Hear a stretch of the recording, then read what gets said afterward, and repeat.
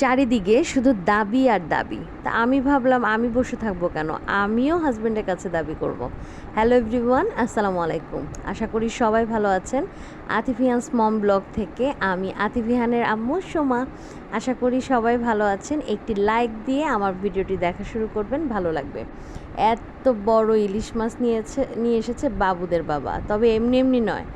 আমিও এক দফা এক দাবি দিয়েছিলাম যে ইলিশ মাছ খেতে চাই, তাড়াতাড়ি নিয়ে আয়। তারপর দেখি সে দৌড় দিয়ে বাজারে যেয়ে নিয়ে এসেছে।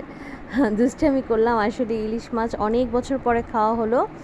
আর এই শোলা কচুগুলো দিয়ে ইলিশ মাছ খেতে আমাদের বাসার সবাই খুব পছন্দ করে, বিশেষ করে আমার হাজব্যান্ড। তো তার পছন্দেই এই ইলিশ মাছগুলো এই শোলা কচু দিয়ে রান্না করা হচ্ছে। কে কিভাবে এই ইলিশ মাছ খেতে পছন্দ করেন কমেন্ট করবেন। আমার কিন্তু পেঁয়াজ দিয়ে ভোনা বা ভাজিটা বেশি ভালো লাগে।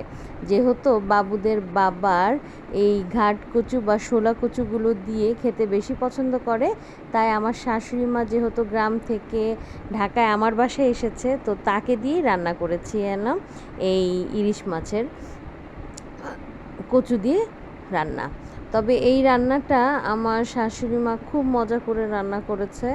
আর আমার শাশুড়ি মা 75 ঊর্ধ্ব বয়স একজন মানুষ, তারপরেও তার রান্না, তার স্মার্টনেস সব কিছুই অন্যান্য এই বয়সের মানুষের তুলনায় অনেক ভিন্ন। সে এই বয়সে যে রান্না যে কাজ করতে পারে, আমি তার 10 ভাগের 1 ভাগও করতে পারলে নিজেকে ধন্য মনে করতাম। এই তো মাছগুলো কিন্তু উঠিয়ে নিলাম, আর এখন এগুলো রান্না হবে।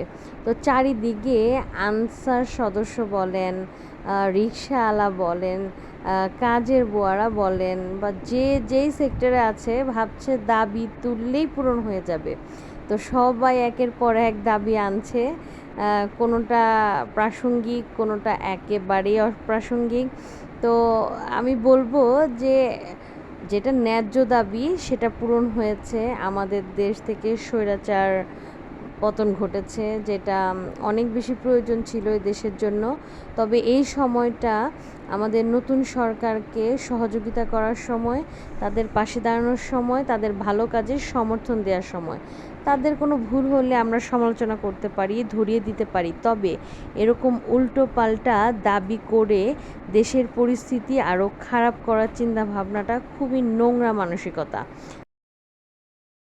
আর এই মানসিকতা থেকে আমাদের অবশ্যই বের হয়ে আসতে হবে। আর আজকে কিন্তু পাট শাকও ছিল। পাট শাকের সাথে এই শুকনা মরিচ কামড় দিয়ে খেতে কিন্তু সেই মজা। তো এই সাথে আমি আমার ভিডিওটি এখানেই শেষ করছি। সবাই ভালো থাকবেন, সুস্থ থাকবেন। আল্লাহ হাফেজ।